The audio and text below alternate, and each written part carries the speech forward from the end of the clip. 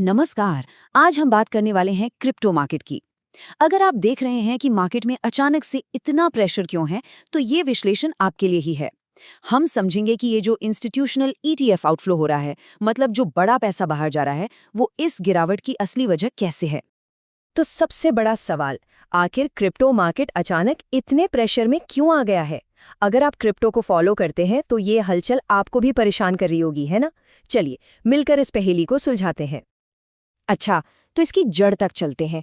ये जो सारा दबाव बन रहा है ना, इसके पीछे एक बहुत बड़ी फाइनेंशियल वजह है, और वो है ईटीएफ्स, मतलब एक्सचेंज ट्रेडेड फंड से बड़े पैमाने पर पैसा निकाला जाना। इसी को हम आउटफ्लो कहते हैं। अब सवाल यह है कि ये स्पॉट ईटीएफ आउटफ्लो होता क्या है। देखिए, बिल्कुल आसान भाषा में समझिए।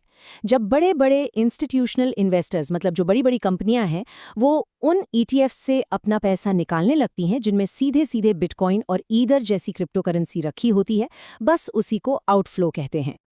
और यकीन मानिए, ये कोई छोटी मोटी बात नहीं है।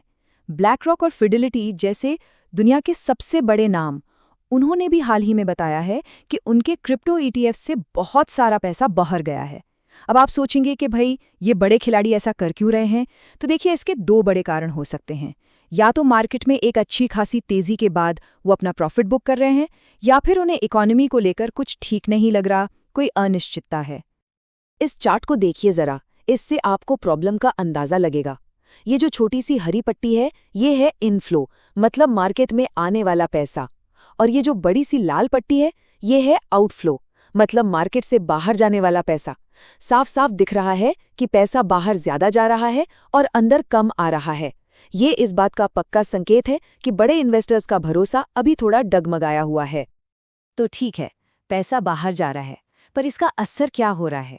चलिए अब ये समझते हैं। देखिए, जब इतने बड़े पैमाने पर पैसा निकलता है ना, तो इसका असर पूरे मार्केट पर लहरों की तरफ फैलता है। इसे ही हम रिपल इफेक्ट कहते हैं। ये पूरा मामला ना एक के बाद एक जुड़ा हुआ है। स्टेप बाय स्टेप समझिए।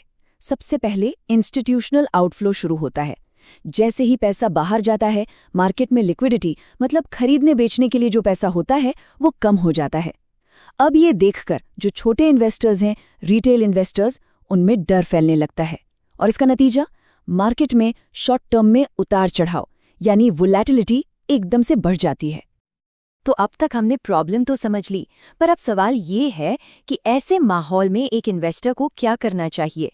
चलिए इस पर बात करते हैं। इसे आप एक तरह का प्लेबुक या गाइड समझ सकते हैं। देखिए, ऐसे समय में ना दो तरह के रास्ते होते हैं। एक है पैनिक रिएक्शन, मतलब घबराहट में आकर कुछ भी कर देना, डर के मारे बेच देना, सब बेच रहे हैं तो हम भी बेच दें, और बिना सोचे समझे इम्पल्सिव फैसले लेना। और दूसरा रास्ता है एक स्ट्रेटेजिक रिस्पॉन्स, मतलब मार्केट के ट्रेंड को समझना, अपने रिस्क को मैनेज करना और अपने लॉन्ग टर्म प्लान पर टिके रहना। जाहिर है, दूसरा रास्ता ही समझदारी का है। तो इस तरह के मंदी वाले ट्रेंड में कुछ जरूरी स्ट्रैटेजीज हैं जो काम आ सकती हैं, जैसे कि मार्केट के सपोर्ट लेवल पे ध्यान से नजर बनाए रखना, एक क्लियर स्टॉप लॉस स्ट्रैटेजी रखना ताकि नुकसान को लिमिट किया जा सके। सबसे पहली प्राथमिकता अपनी पूंजी को बचाना होना चाहिए। और हाँ, अपने पोर्टफोलियो को डाइवर्सिफाई करने, मतलब अलग अलग जगह निवेश करने के बारे में सोचना भी बहुत जरूरी है। चलिए, तो अब तक की सारी बातचीत का निचोड़ निकालते हैं। कुछ खास बातें हैं जो हमें ध्यान में रखनी है। सबसे पहली और सबसे जरूरी बात, अभी मार्केट पर जो प्रेशर दिख रहा है, उसकी सबसे बड़ी वजह बड़े बड़े बीटीसी और ईटीएफ से होने वाला आउटफ्लो ही है। दूसरी बात, जब बड़े इन्वेस्टर्स का भरोसा कम होता है ना, तो एक डर का माहौल बन जाता है, और इसी डर की वजह से रिटेल इन्वेस्टर्स पैनिक में आकर सेलिंग करने लगते हैं। ये एक तरह का साइकोलॉजिकल गेम है। तीसरा पॉइंट ये है कि अभी के लिए मार्केट में बहुत ज्यादा उतार चढ़ाव, यानी हाई वॉलेटिलिटी ही नॉर्मल है। तो जो लोग शॉर्ट टर्म ट्रेडिंग करते हैं, उन्हें बहुत ज्यादा सावधान रहने की जरूरत है। और चौथी और आखिरी बात, जो लॉन्ग टर्म इन्वेस्टर्स हैं, उनके लिए सबसे जरूरी चीजें हैं धैर्य और अपनी स्ट्रैटेजी पर टिके रहना। उन्हें इस शॉर्ट टर्म की उठापटक से घबराना नहीं चाहिए। ये एक बहुत अच्छी बात है जो इस पूरी सिचुएशन को समेट देती है। शॉर्ट टर्म का डर उन लोगों के लिए लॉन्ग टर्म के मौके बना सकता है जो सब्र और रिस्क मैनेजमेंट से काम लेते हैं। मतलब इस नेगेटिव माहौल में भी एक मौका छिपा हो सकता है। तो मैं आपको एक सवाल के साथ छोड़ता हूँ।